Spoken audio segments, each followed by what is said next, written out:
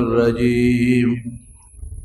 بسم الله الرحمن الرحيم يا أيها الذين آمنوا كتب عليكم الصيام كما كتب على الذين من قبلكم لعلكم تتقون. د شو قدر د میاشتې د شعبان اخیری جمعه ده او دې پسې رمضان راتلو والا دی. د رمضان روزه شي کله چې میاشت ولیدلی شي او بیا اعلان وشي نو بیا به تراویح وکړي او سار به روزه ونیسي او که اطلاع داسې وخت کې راغله چې ناوخته و نیمه شپه کې وه نو بیا خو تراویح نشی کولی نو بیا خیر دی پیشمني له پاسه یو څو رکعاته نفل به وکړي. بیا هم ښه ده که تراویح د شپې ځان له کولی شي نو بهتره چې سړی ځان له تراویح وکړي او که بیا هم یو سړی وي چې نه وخت لږ دې نشم کولی نو هسې نفل وکړي. د رمضان میاشت ډېره برکتي میاشت ده زما وروڼو. د دې نه مخکې دوه څیزونه دي ګورئ، یو روژه ده او یو د رمضان میاشت ده. دا دوه جدا جدا څیزونه دي خو د روژې فرضي تعلق د رمضان د میاشتې سره دی. لکه یو جومات دی او یو منځ دی. جومات ځان له د جومات احترام دی او د جومات ځان له برکت دی. دقسې د رمضان د میاشتې ځان له برکت دی او مونځ ځان له برکت دی. مونځ به کله کور کې چې نفلي او چې فرض وي نو په جومات کې به یې کوې په جمع. دغه رنګې روژې د رمضان نه بغیر هم نیوی شي، نفلي روژې یا قضا روژې یا د کفارې روژې او په رمضان کې به یې نیسي چې کومې فرضي روژې دي. رب العالمین قرآن شریف کې اعلان کړی دی یا ایها الذین آمنو اے د ایمان خاوندان کتب علیکم الصیام پتاسو روزې مقرر دي کما کتب علی الذین من قبلکم لکه ستاسو نه مخکې خلکو باندې چې روزې مقرر وي او فرض وي پتاسو فرض دي. په مخکې امتونو کومې روزې فرض وي هغې به هره میاشت کې 3 روزې نیولې. ایام 20 به یې ورته وې، 14مه 14مه او 15مه د هرې اسلامي میاشت 14مه 14مه او 15مه دې کې پې روزې فرض وې خامخا به یې نیول. نو دا تقریبا 6 روزې شوې په کال او یو پې د عاشورې روزه فرض وه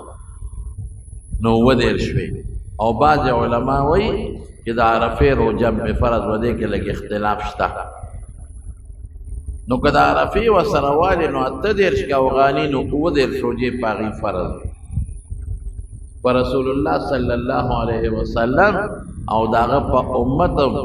په لومبي زمانه کې دغه روزې فرض وې. په مکه مکرمه کې حضور پاک او صحابه به هم دغه هره میاشت کې 3 روزې نیولې او عاشوره به یې ورسره نیول. بیا چې هجرت وکړه مدینې منورې ته نو په 2م کال د هجري د هجرت د رمضان روزې فرض شو. شهر رمضان الذي انزل فيه القرآن هدى للناس وبينات من الهدى والفرقان. نو هغې کې رستو راځي فمن شهد منکم الشهر فلیصمه چې چا باندې د رمضان میاشت راله روزې دې ونیسي. نو دا د حضور پاک د هجرت 2م کال نو دې سره د ایام 20 او د عاشورې د روزې فرضیت ختم شو. اوس د رمضان د روزې دا په موږ باندې فرض دی او که هغه میاشت کې 3 روزې څوک نیسي نو ثواب یې ډېر دی. د عاشورې څوک نیسي نو ثواب یې ډېر دی خو فرضي روزې د رمضان دی. اوس میاشت مقدسه ده زما وروڼو د رمضان او روزې هم ډېرې مقدسې دي. رسول الله صلی الله علیه وسلم فرمایي من صام رمضان ایمانا واحتسابا غفر له ما تقدم من ذنبه چا چې د رمضان روجي ونیولې و دوه څیزونه ولا شرط دی یو ایمان که یو سړی کافري او هغه روجي نیسي هغه له فایده نه ورکوي احتسابا دویم دا چې دی به دا روجي د الله دپاره نیسي د الله د رضا دپاره ریاکاري به پکې نه کړي چې ځان خلکو ته ښایي چې زه خو روجه نیسم نو چې منافق نی او مسلمانی کافر نی او مسلمانی یو دا شرط او دویم روجه خالص د الله د رضا دپاره نیسي نو چې څومره ګناهونه یې کړي الله به ټول ورته معاف خو د الله رضا پکې شرط ته ګورې احتسابا ځکه خو روجه داسې عبادت دی که ته ترې څوک نه خبرې هېڅوک دې نه خبرېږي منځ چې کې نو منځ خو جمع باندې به کې خلک د نه خبرېږي لازمن حج چې کې دنیا د نه خبرېږي زکات چې ورکې نو که بل څوک نه خبرېږي چاله چې ورکې هغه خو د نه خبرېږي واحد روجه هغه عبادت دی چې ته څوک نه خبرې هېڅوک دې نه خبرېږي زمونږ صاحب د هدایه علامه مرغیراني رحمت الله علیه ډېر لوی عالم تېر شوی او د هدایت داسې یو کتاب لیکلی دی چې د هغې په شان کتاب په فقه کې چې هغه په کوم انداز لیکلی دی مشکل چې بل څوک یې ولیکي ډېر قیمتي کتاب د 14 کاله روجه نیولې ده 14 کاله او په دې 14 کالو روجه کې ته نه ښځه خبر ده نه تی بچي خبر ده او دا کتاب یې 14 کاله کې لیکلی دی به ناستو خپل کتاب به لیکه چې د روټۍ وخت به شو بیبي به ورته وروټکاو ده به وایي څوک یې پلان کې ښه راځه روټۍ به یې ورته کېښوده وي دروازه بنده که ده بیبي به یې کور ته لاړه د غرمې نو شاګرد ته به یې وروټکوي دلته راشه نو شاګرد به یې راغوي دا روټۍ وخوره هغه به وخوړه وایي ځه وسوځه بیبي ته به یې ورپکو راشه هغې به لوښي یوړل بیبي به یې دا خیال و چې دا دو خوړه او شاګرد به دا خیال و چې ده خو خوړلی دی ما دپاره زیاتي راوړلی روجه هغه عبادت دی رسول الله صلی الله علیه وسلم فرمایي حدیث قدسی دی چې الله فرمایي الصوم لی روجه خالص زما دپاره ده زموږ طالبان سوال کوي که نه چې نور عبادتونه خو هم د الله دپاره دي وی نه نور عبادتونه که ته خالص د الله دپاره هم کې ریا به نه کې قبلیږي به خو خلک د نه خبرېږي او روجه هغه خالص د الله ده چې په دې ته څوک نه خبرې نو هېڅوک هم د نه خبرېږي نور توجیحات نشته خدا یو مې درته ووایي وانا اجزي به الله وایي د دې بدل به زه ورکوم څه معنا طالبان بیا سوال کوي ولې د نور عبادتونو بدل به الله نه ورکوي څه نه د نورو به م ورکوي خو فرق دی د نورو چې ورکوي د فرشتو په لاس به ورکوي د روجې به په خپله ورکوي د نورو چې ورکوي نو په عام انداز به ورکوي او د روجې به په یو خاص انداز ورکوي لکه د سکول کې د استاذ کله کله ماشوم له انعام ورکوي ډېرو ماشومانو له ورکوي خو یو خاص انعام یې نو هغې له یو خاص ورځ مقرر کړي نو په هغې یې پلاران هم راوغواړي او خلک هم راوغواړي نو هغه شیزونه ورته ورکوي نو د نور عبادتونو به الله په عام انداز ورکوي او د روجې به په یو خاص انداز رب العالمین ورکوي روجه دومره قیمتي شی نو حضور پاک فرمایي چې دی مسلمانی دا پکې شرط دی او زما د رضا دپاره روجې ونیسي نو غفر له ما تقدم من ذنبه مخکې ګناهونه یې ټول لاړل ختم شي الله به معاف کړي حضور پاک مبارک فرمایي وی د شوال د رکوټ اختر د میاشتې د اولې نه الله فرشتو ته حکم وکړي چې جنتونه ډولي کړي نو فرشتې خو د انسان په شان کار نه کوي فرشتې خو بل شان کار کوي نو هغې اونخلي 11 میاشتې دا جنتونه داسې خشته کي ښه خشته او مزېدار او ډولي یې 11 میاشتې دا بعضې خاص فرشتې دي نو چې د رمضان میاشت کله راوخېږي او لومبی روز شي نو د الله د عرش نه یو هوا راوالوځي هغه هوا د جنت په دې خوشبویو باندې او په دې بوټو په دې میوو باندې ورشي او بیا په حورو باندې ورشي نو هغه هوا د الله د عرش لاندې کې د جنت په دې بوټو په دې ګلونو په دې پاڼو په دې حورو باندې ولګي ارڅه بل شانې نو حور الله ته سوال کوي چې یا الله موږ لا په دې میاشت کې پروردګاره ستا د بندګانو نه داسې خاوندان مقرر کا چې الله زموږ سترګې په هغوی یخې شي او د هغې سترګې په موږ یخې شي رمضان میاشت عجیبه ده نو چې څوک د رمضان د میاشتې عبادت وکړي نو الله ورله دغه جنتونه ورکوي رسول الله صلی الله علیه وسلم فرمایي وی د جنت 8 دروازې دي د یوې دروازې نوم ریان دی دا دروازه خاص هغه چاله ده چې کم روجه ده روجې چې چا ډېرې نیولي دا د هغې دپاره ده دا دروازه په دې باندې داخلېږي او په دې دروازه چې څوک یو ځل وردننه شو داسې جوسونه او داسې خوراکونه به ورته فرشتې په دغه کې ورکي په میلمستیا کې چې ابدالابد چې دی جمدي وي دی به تږي کېږي د جنت څیزونه چې سړی خوري دا د لوږې دپاره نه خوري جنت کې څوک نه وږي کېږي نه تږي کېږي هغه د خوند دپاره لکه بعضې وخت یو سړی تږي ني او څوک ورته جوس ورکړي او هغه وڅکي یا بعضې وخت بنده اوږي ني موړي او د موړوالي د پاسه خلک میوه وخوري الوه وخوري یا بل شی وخوري د جنت د خوراک دا مثال دی د بارو نو رمضان ځان له قیمتي میاشت ده او روجه دا ځان له قیمتي میاشت ده د دواړو جدا جدا حیثیت دی او چې دواړه یو ځای کې نو ځان له شی شو رسول الله صلی الله علیه وسلم فرمایي دې حدیث ته چې څوک ورنه ډېر خوشحاله شي للصائم فرحتان د روجهدار دوه خوشحالۍ دي دوا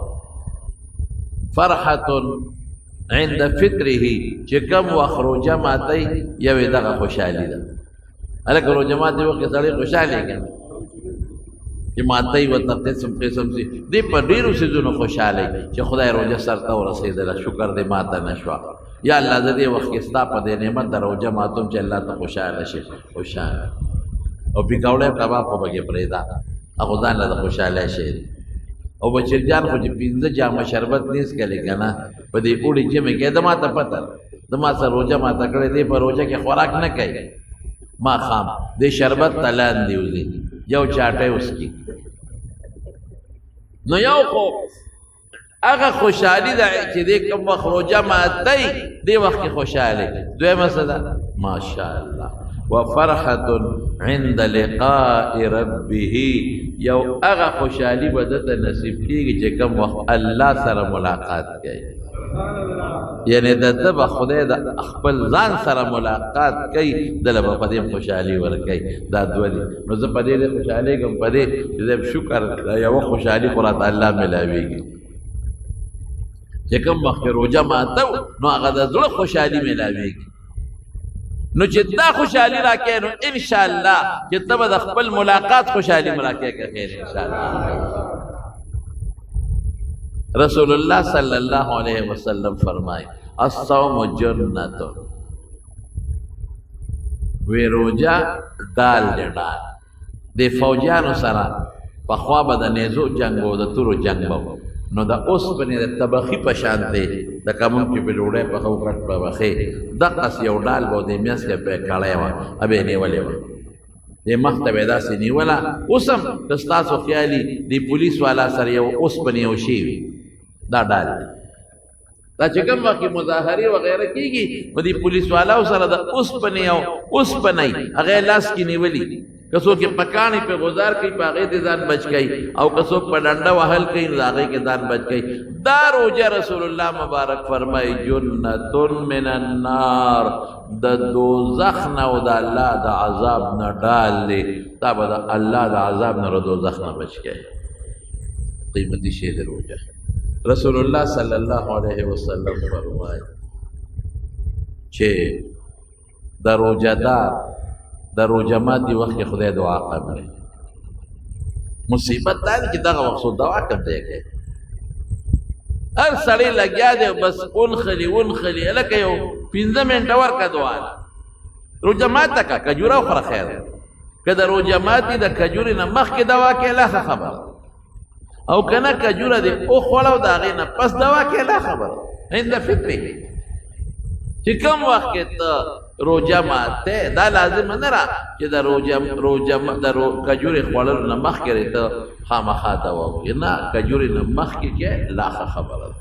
ځکه وخت د روژې دی لا ماته کړې دی نه ده ډېره بهتره شوه. خو که د کجوره وخوړه نو ستا هغه د دعا د قبلېدو ټیم نه دی ختم شوی. ښه الله ته دعا وکړه.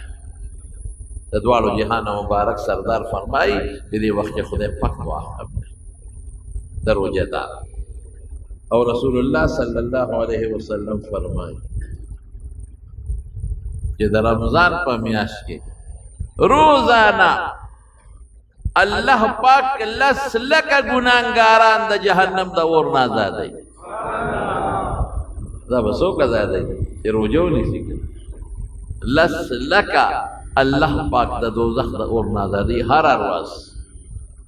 هلکه نو چې 10 لکه شو روزانه نو 10 روژې شوې نو څونه دې جوړېږي؟ 3 کروڑ ته غالبا جوړېږي. نو چې د اخیری شپه شي نو چې دا څومره آزاد کړي دي دومره ورسره الله نور کی نو د دې ډبل بیا په اخیری شپه الله آزادوي. حضور پاک فرمایي دومره قیمتي شی دی روژه. خدا مهرباني وکوي چې روژه ونیسئ نو په هغه طریقه ونیسئ چې کومه طریقه موږ د رسول الله مبارک ښودلې. یو خو روژه په حلالو خوراک نیسئ او چې ماتویم په حلالې ماتویم په حرامو نه. دویم څه دي؟ دویم پېشمنۍ کوي. پېشمنۍ سنت دی. پېشمنۍ ته رسول الله مبارک برکتي غذا ویلې. یو صحابي ته آواز وکړو هلم راشه الی الغداء المبارک، ناشتې له راشه پېشمنۍ له او دا برکتي خوراک دی. نو دا برکت ډېر علما ذکر کوي بیان کوي خدا و خوش نه دی یعنی ډېر بیا زه بیا راته یو برکت یې دا دی چې سړی پېشمنۍ روټۍ خوري نو د موړي وجود کې طاقت دی. نو که ته عبادت کوې نو دا طاقت د په وجود کې تر ماښامه پورې پروت دی. بل په دې خوراک د خدای د طرف نه خصوصي رحمت ورېدلی دی. ستاسو رحمت. بل د آخرې شپې خوراک اسم برکتي وي. خو زموږ خلک پېشمنۍ نه کوي. ډېر خلک پېشمنۍ نه کوي. سړی به پاسې ښځه به علاقۍ پاسه او پاسه روژه ونی پېشمنۍ وکړه چونډې باړې راغلی مال چې پرو پېشمنۍ وکړه برکتي شی دی. پښتنو خو ورپسې دغه جوړه کړې سندره کړې وی د روژې هر ماښام اختر دی او وی زرې زرې د پېشمنۍ د لاسه شوم. د روژې هر ماښام اختر دی او درې درې د پېشمنۍ له لاسه شوم. نو پېشمنۍ کم وخت ځکه نه پاسې چل د ورپسې منځ دی شیطان یې نه پرېږدي. شیطان به په دې پېژني پرېږدي دی نه شیطان هله ته وایي زه مړه بس کې بس اوبه کې اخره کې بس یو ګوټو بوس کې او بیا سر کېږي. نو څه فایده شوه ده؟ مونځ قیمتي دی که روژه مونځ قیمتي دی. مونځ پاتې شو جمع پاتې شو روژه مې ونیوله دا خو چې مونځ پکې نه کې نو دا د الله د رضا دپاره دا روژه نه شوه. دا د خلکو د یارې د وجې نه شوه چې خلک به راته روژه خور وکړي. دا د کور د زنانو د یارې نه شوه چې بیا به وایي چې دا روژه خور دی. خلک به راپورې خاندي. دا د خلکو نه شوه چې خلک به یې ته خدای دې بیخ د دې غټې خېټې وباسه ډوډۍ ته نشي ټینګېدی خوار شي روژه دې وخوړه. دا هغه احتسابا الله والا نه شوه چې وختي ما وې که نه چې ایمان وي او د الله رضی ټول ګناهونه خدای ختموي ورسره دا هغه نه شوه چې ته پکې مونځ نه کې الله هلته نه خوشحالې او دلته خوشحالې اسې رواج کې رسم کې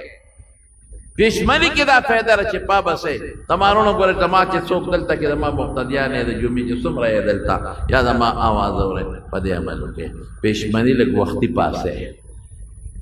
نفل کوي. رسول الله مبارک په رمضان کې اوهو دومره عبادت پکو چې د خپې مبارکې به پړسېدې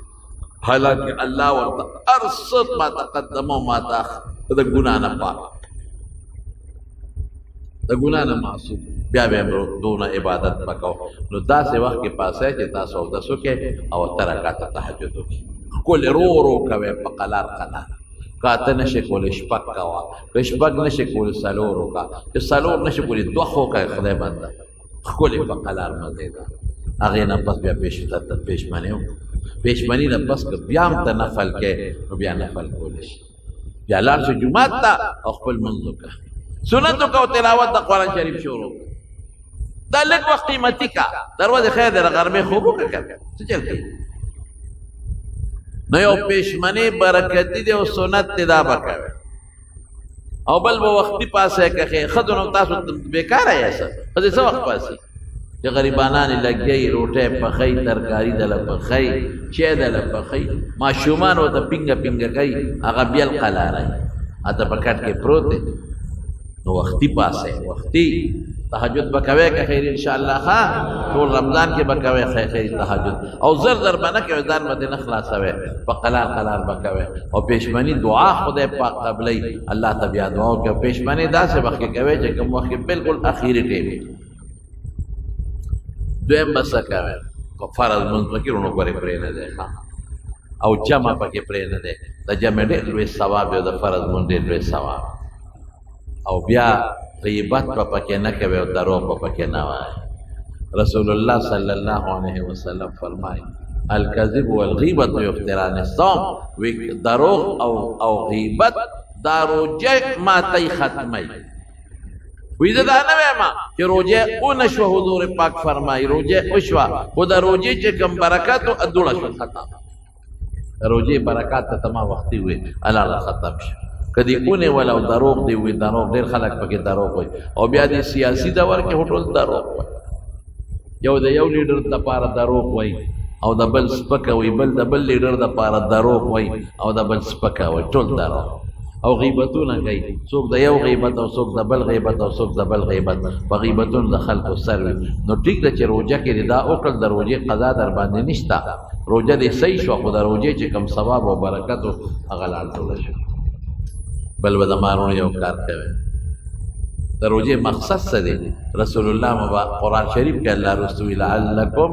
تتقون چې ته نیک جوړ شي او متقي د خدای پاک جوړ اسې تاسو ته وایم چې د بهر نه ښه رڼا وي او ښه خشتنګ ور لګېدلي او د سړي په سترګو باندې خړی نو دلته د نظر لګي کله به د نظر لګي چې د بار ننورم وي او د سترګې هم صفا وي د په سترګه هم دوړه ني او خړه پې ني دقه رنګې د رمضان میاشت هم برکتي ده دا دغه رڼا ده خو چې ستا متباطن صفی او د کدورتونو د خړوالي او د زنګونو نه ورته ته محفوظ او ته ورته پاک لعلکم تتقون الله په قرآن شریف کې د روجې په برکاتو کې تقوا ذکر کړې ده چې روجې سره به خدای پاک ستا ظاهر او باطن پاکوي د روجې په برکت ستاسو خیال مې نو ډېر خلک الحمدلله په روجو کې تسبیح راوالي او تسبیح ډېر خلک پکې لګي تلاوتونه هم کوي او ډېر خلک پکې لګي خاموش شي چا سره ډېرې خبرې هم نه کوي او ډېر پکې داسې مې چې ټول نیټ کوي نیټ او په هغه نیټ باندې ډرامې اوري فلمونه ګوري په هغې نو د خدای نیک بخته په رمضان کې چې څنګه ثواب ډبل دی دغه رنګې ګناه هم ګورې نقصانې ده جمعات کې چې څنګه نیکي کې او ثواب راته زیات ملاویږي نو که په جمعات کې د ګناه وکړه نو ګورې عذاب هم ډېر زیات دی نو د رمضان د میاشتې فضیلت هم ډېر دی او د رمضان د میاشت کې که د غلطي وکړه نو ګورې تاوان هم ډېر زیات دی لوی نقصان دی نو تاسو چې څومره هلکان یې دا هلکان بوډاګان نه یادوم دا چې څومره هلکان یې دې ټولو سره چې چا سره دا ټچ موبایل دي هغوی ته دا وایم چې مهرباني وکړئ په رمضان کې اسم ګناه ده بغیر د رمضان نه په رمضان کې کوشش وکړئ چې په دې موبایل باندې ګندونه ونه ګورئ ښه ګندونه به نه ګورئ په موبایل د قرآن شریف تلاوت پې راواړوئ ځان ته د علماو تقریرونه پې واورئ د قاریانو قرائتونه پې واورئ د نعتخوانانو نعتخواني پې واورئ خو غلط به موبایل نه استعمالوئ په دې الله پاک ډېر خوشحالي الله وی روجه مې دې له راوسته چې دا د ګناه نه پاک کړم نو ظالمت ځان نور په ګناه کې ککړې نو بالخصوص په دا مې خډیر خلک ماښام چې روژه ماته کې خپل نیټ ته کښېني وي روژه خو ماته شوه نو تراویح دې پاتې شي تراویح کوې ښه تراویح مه پرېږدئ چې خوراک لږ کم کوې د ماښام نو بیا به وجود سپکي نو تراویح به په اسانه کولی شي او د تراویح متعلق هم درته وایم تراویح په هغه مولا پسې کوئ چې په قلار قلارې کوي نه نه نه مونږ څه وایو هلکه ستاسو استاد جي په څو کې کوي هغه مړه په 10 منټه کې ارس ګز ګمبد کی 10 منټه کې ارس ګز ګمبد کی نه دا سمونځ خو نشي مولیانو صاحبانو ته او قاریانو صاحبانو ته چې د قوم د پاره خدای د پاره خپل خیرت خراب نه کړي په مانځه کې په تراوو کې قوم ښه صحیح طریقې سره کوي رکوع نه پاسي زموږ خلک څه کوي چې رکوع نه پاسي سمع الله لمن حمده الله اکبر نو نه تا قوم وکړه نه د قوم وکړه او چې سجدې نه پاسي الله اکبر الله اکبر نو نه تا جلسه وکړه نه د قوم جلسه وکړه نو درې امامان وایي چې مونږ د سره ونه شو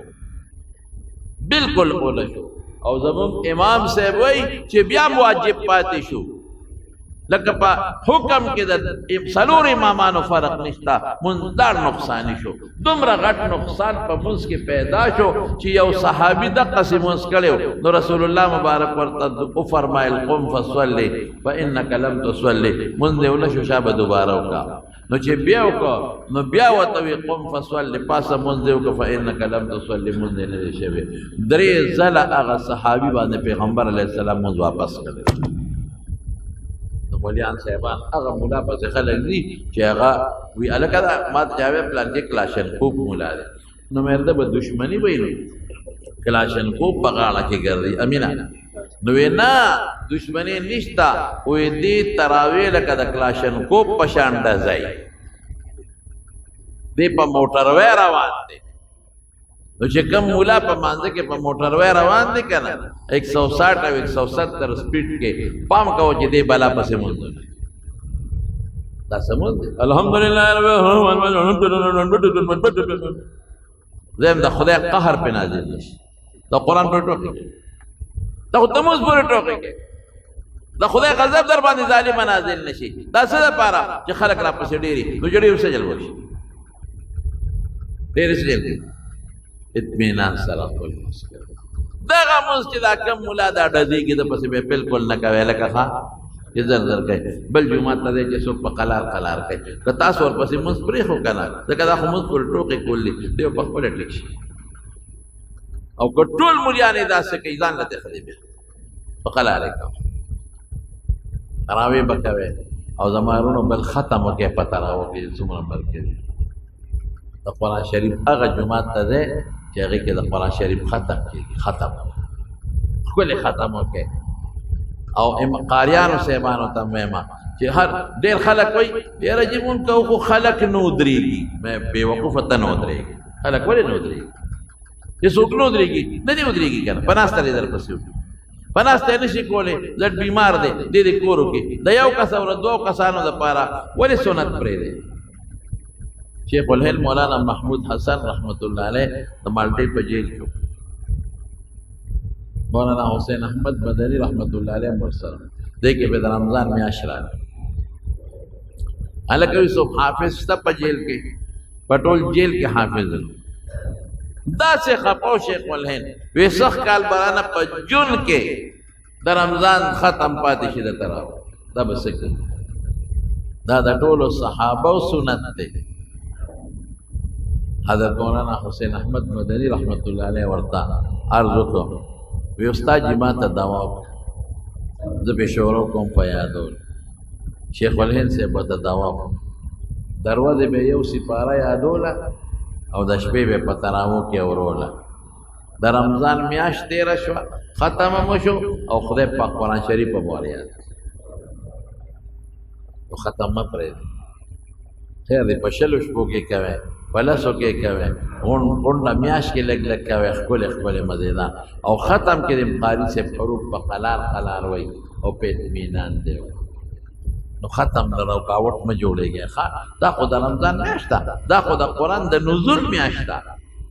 په دې میاشت کې الله په قرآن شریف نازل کړی شهر رمضان الذي انزل فيه القرآن نو چې د قرآن د نزول میاشت الله په قرآن شریف نازل کړی دی نو خو برکتي میاشت ده ډیره مبارکه میاشت ده نو دې کې خامخا هر یو مرګري کوشش وکړي چې کم از کم ني نو چې بغیر د تراوون یو درې ختم خو پکې هر مسلمان وکړي دروازه چې درې سپاره وایي کړه نو په لس ورځو کې ختم کېږي دا به ټول که خیر انشاءالله محنت کوي ښه ختم پکې وکړي او د شپې او تراو کې وکړي او زمارونو بل به یو مهرباني وکړي ادا چې رسول الله صلی الله علیه وسلم فرمایي وی غریبانانو له افطاری ورکړي که نور څه نه یو کجوره ورکړي وی د الله رسوله هر څوک خو کجوره نه موني وی یو ګوټو بچاله ورکې د روژه ماتي دپاره په دې باندې الله خدای ثواب درکړي چې ستا په روژه ماتي یو کس روژه ماته کړه او د هغه د روژې څومره ثواب شوی دی د هغه به نه کمیږي او د هغې برابر به تعالی خدای پاک درکړي او زه د دې یو بنیادي خبره کوم چې کوم دا مالداران یې که نه ډېر خلک په روژه کې زکات وباسي نو دې غریبانانو د خپل زکاتونه او که زکات در باندې نی نو صدقه وکړئ خیر هر چاته په خپل ګاونډ کې غریب مسکین فقیر معلوم دی دیاړي مار درته معلوم دی د دیاړي مار غریب سي 600 روپے دیاړي ده قسم دې که په 600 د چا گزاره کړي د ګلکار غریب زر 1200 روپے دیاړي ده بچي ورته پراته دي ښځه ورته ده په هغې د دې غریب د کوم ځای نه گزاره کوي یا دا نور دا ستاسو قصبګر چې دا څومره دي غریبانان په روژه کې خو د دې قصب نشته نو دې غریبانانو سره مهرباني وکړئ لږ تعاون دوی سره لږه مهرباني وکړئ تعاون کوئ ښه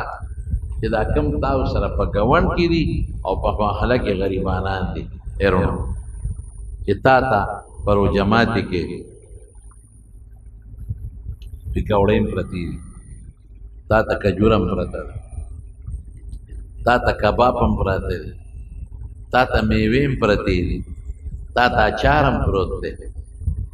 تا ته چرګ او غوښه هم پرته ده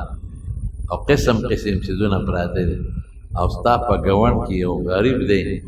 چې د هغې غریب د کجورې وسم نه کړي د هغې غریب د غوښې د اخیستو وسم نه کړي ولې هغه ماشومان نه دي د خدای بندګان نه دي هغه یتیمانان چې پلار یې مړ دی او پردو کوڅو کې ماشومان ګرځي د هغوی حق پتا نشته اکونډه غریبه چې بېوسه او بېکسه ده د هغې حق پتا نشته هغه مزدورکار او غریبانان یو مریض چې پې راشي او ډاکټر له لاړ شي د هغې غریب چې څه ګټه پونچي وي ټوله ترې لاړه شي د هغوی حق در باندې نشته نو مهرباني وکړئ د ګاونډي د خپلې محلې د ملګري او د غریب مسلمان په تاسو حق دی کولی او په صدقه خو ما مخکې درته 2 جمعې تقریر کړی دی په صدقه به ستا مال کمیږي نه او په رمضان کې چې د صدقه وکړه ثواب یې څومره دی 1 روپۍ دی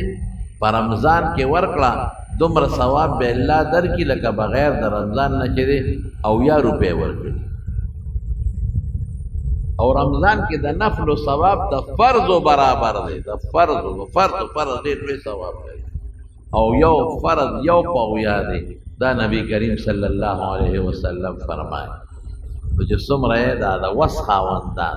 چې د چا وس کېږي نو زمارونو تر نن نه به پکې خیر انشاءالله شروع کړي ښه چې په ګاونډ کې کوم یو تروړه وړه غریبانانو ډول یو تروړه چینی والا واله روجه والا واله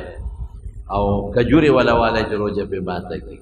د شربت وخت دی یو بوتل شربت والا واله او خدا د چې نقد والا ورکړي نقدو کې ودا پیسې کې دا کم څه ضرورت نه به پیوال او ګرانی څومره ده اوهو او ته پته تاسو خبره چې غوړي کم ځای ته ورسېدل یو کیلو غوړي په څو دي روجې په څو دي اوړه کم حد ته ورسېدل نو په دې شپږ سوه روپۍ کې دا دیاړي مار او غریب مزدور کار ګورې خدای کولی سم نشي ښځه ده وته بچي دي وته مریض به یې وته نو دا مهرباني به کوې چې ایثار خپله کمه کا ای صحابو کې څه صفت غزوه موته کې یو صحابي فرمایي وی زما د تره زوی او زخمي و نو چې زه ورغلم نو ما ته اشاره کړه اوبه وکړه ما په منډه اوبه راوړې وی چې اوبه مې راوړې هغه د تره زوی له مې ورکولې ځنکدن کې دی غریب ځنکدن کې د بنده اوبو ته څونه ضرورت دی وی د هغه خوا کې یو بل زخمي پروت و نو هغه د اوبو ته داسې په شوق وکتل وی ما ته مې تره هغه زوی اشاره راکړه چې ما لیمه راکوه هغه راوست وی هغه له مې یوړه وی چې هغه له مې یوړه نو د هغه په خوا کې یو بل زخمي اوبو پسې فریاد وکړ وی هغه راته اشاره راکړه چې هغه له یوست وی هغه له مې یوړه وی د هغه خوا کې بل زخمي اوبو پسې فریاد وکړ هغه اشاره راکړه چې ما پرې د هغه له یوست وی چې هغه له مې یوړې د هغې غریب نه ساه ختلې وی واپس مې هغه درې ملګري له راوړي د هغه نه هم ساه ختلې وی واپس مې هغه دویم له راوړي د هغه نه هم ساه ختلې وی د هغې نه پس مې هغه د تره زوی له راوړي د هغه نه هم ساه ختلې صحابو کې دا صفت ویؤثرون علی انفسهم ولو کان بهم خصاصه که په خپله به اوږي مو نو بل به یې غوره کاوه حضرت نبی کریم صلی الله علیه وسلم یو ځل میلمانه راغله میلمانې تقسیم کړل دا میلمه به څوک بوځي حضرت ابو طلحه رضی الله عنه وی را یو بزر بوځه کور ته یې بوته چې کور ته یې بوته نو بیبي ته وایي وی ضیف رسول الله صلی الله علیه وسلم وی دا د نبی کریم صلی الله علیه وسلم میلمه دی ښځې ګورې څه شی به ترې پټی نه ښه چې څه وي غونډ والا راوړه څه شته بیبي ورته وی نن خو مونږ کره څه نشته دومره خوراک دا دی چې د ماشومانو کېږي وی ښه ام سلیم یې د ښځې نوم وی ام سلیم داسې وکړه چې دا ماشومان وغولوه راوغولوه او د ودکه خوراک به راوړی او مونږ ته به یې کېدی اوس میلمه سره خو به کوربه هم خوراک خوري که مونږ نه خورو بیا خو میلمه به نه خوري او که مونږ خورو شی کم دی میلمه به وږي پاتې شي نو ام سلیم زه به تا ته وایم چې دا ډیوه دې سمه کا نو ته به ډیوه کې ګوتې وی نو مړه به یې کې وایه ام سلیم ډیوه نو ته به چې نه بلیږي نو میلمه به تیاره به شي نو بس میلمه به موړ کو مونږ به ورسره هسې ګوتې وړو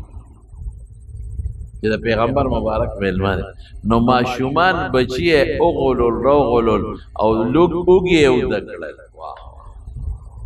بچي څونه د خلکو خوښ او بیا چې روټۍ څنګه راوړه او کېښودله نو ډیوه خاوره ته ډیوه لږه رو نه ده ورې که ټیک کوم یې پاسې د ډیوه کې ګوتې والې مړه یې کړه یا ښځې ډیوه دې مړه کړه یاره وایي نه بلیږي نو په قصې یې مړه کړه ډوډۍ کېښوده میلمه ته دی به ورسره هسې ګوتې نږدې نږدې کولې او میلمه یې موړ کړ واه واه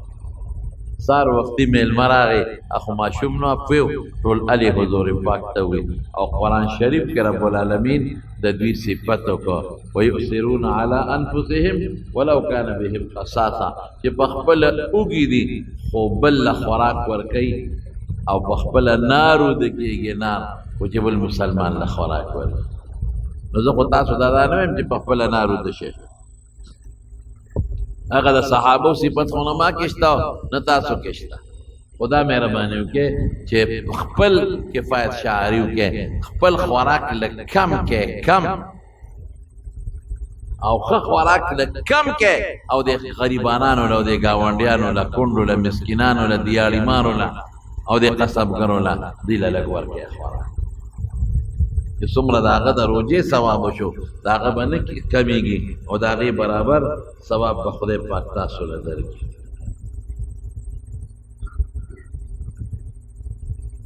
او دویم دا دی زما ورونو چې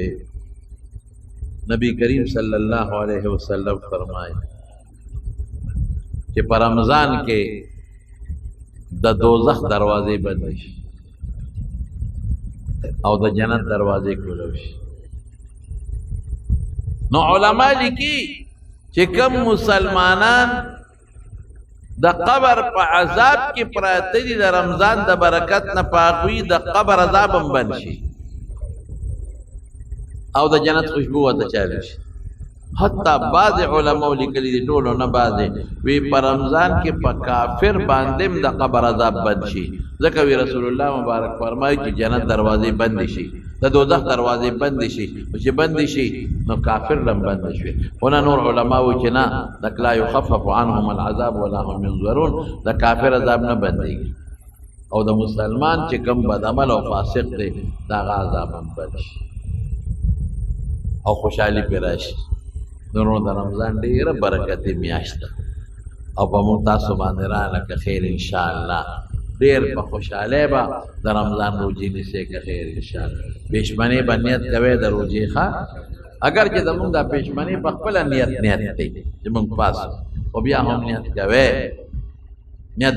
د پېشمنۍ نه پس هم که تاسو نیت کوئ نو خپل نیت کولی شئ د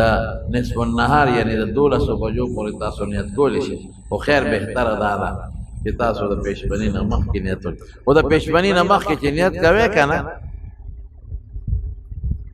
نو هغه زمونږ کتابونو کې د اصل نیت ګورې د زړه نیت دی چې پړه کې سړی د روجې راولي. خو زمونږ په دې وړو کتابونو کې د دې عوامو دپاره په عربۍ کې یو نیت لیکلی دی وبصوم غد نویت من شهر رمضان. د دې په معنا لږه ځان پوه کړئ نو اسانه به شي. سار له زه نیت کوم د سبا د رمضان د روجې نیت کوم نو که د پېشمنۍ نه مخکې دا ټکې ووایې بصوم غدین یعنې سبالنۍ روزه روجه نیسم نو ټیک ده. خو که پېشمنۍ دې وکړه او د هغې نه پس وایي چې سبا له د روجې نیت دی نو سبا خو نه دی که نه خو ورځ شروع شوې ده خو ورځ شروع شوه سبا خو ورپسې بله ورځ راځي. نو د عربۍ د الفاظ دا مو عایدې کې به تاسو تېر دی بس زړه کې راولئ چې زما نن د رمضان د روجې دی زړه کې هم راشي نو کافي ده. او یا په خولې وایئ چې نن زما د رمضان د روجې نیت دی دا کوئ او ځان نه به لټان نه جوړوئ. ښه خوراک اصل کې مصیبت دا دی چې موږ خوراک هلکه دا شی ټیک ټاک و ګوترې پکې والې خراب دی خراب